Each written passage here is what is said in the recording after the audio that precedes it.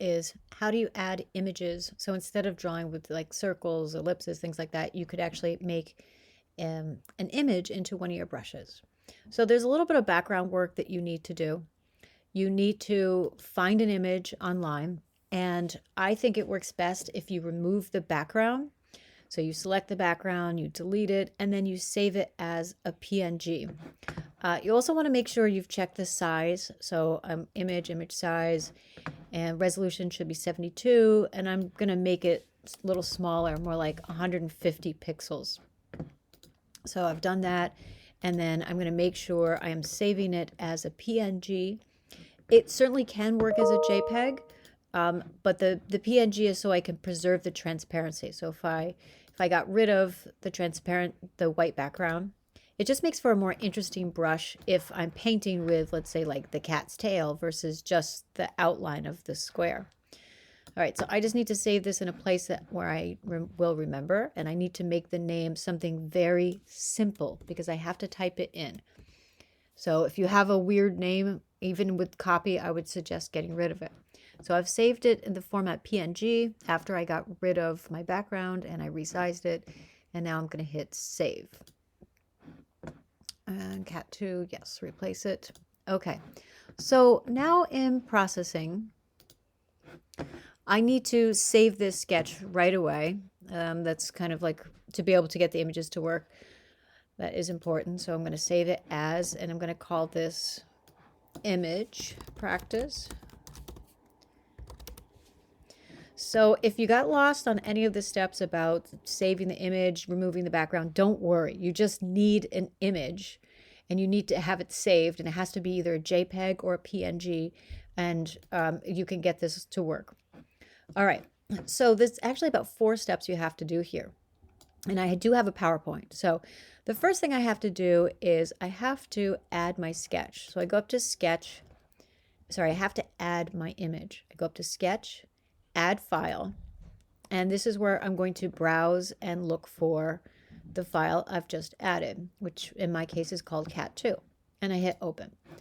Nothing here looks like it changes, but if I go up to sketch, show sketch folder, it actually just created a folder for me called data, and my cat image is in there. Copy and paste it in there. So something did happen. Okay, so now the next thing is we haven't talked about variables yet. A variable is basically a placeholder for something, and in processing there are several different types of variables. One type of variable is for a placeholder for images. And this is actually going to be the first time that we're going to have code outside of our code blocks. So I am above the setup, and I'm writing P image. So the P is capitalized and the I is capitalized. They're both capitalized. So P image, and notice it turns orange, which means it's like part of a system, the system function, space. And now I'm going to give it a name, whatever I want to call this. So I have to initialize my variable as a type. And this is the type of P image. And then I declare it, and to declare it, I know it sounds very formal, but I just give it a name. So I'm just going to call it cat, but you could call it Bob's hot dog stand. You can call it whatever you want. And now in my setup, I'm going to load the image. So I'm going to have cat equal load image, and then in quotes, my file, exactly the file format and the spelling that you had. Oh, wasn't mine called cat2? I think it was called cat2. Yeah, so you got to make sure if this is not right, if you forget their extension, if you misspell it, if you put in the wrong extension, anything like that, processing will just spin and spin. So at this point, you could just press play and see that you don't get any error messages, but you're not going to see the image yet.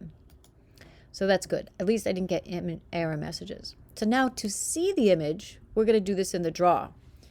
So we're going to call a function called image, and what we're calling is whatever we called our variable, what we declared it as up here and here.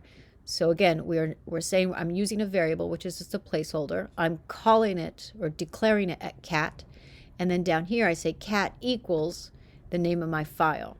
So here it's going to be cat, and then my X and Y coordinates, which I want to be able to draw with it. So I'm just going to leave it like that. And now I can draw with my cat. Notice that my mouse is like off to the side. So I could put that in the center if I do image mode center.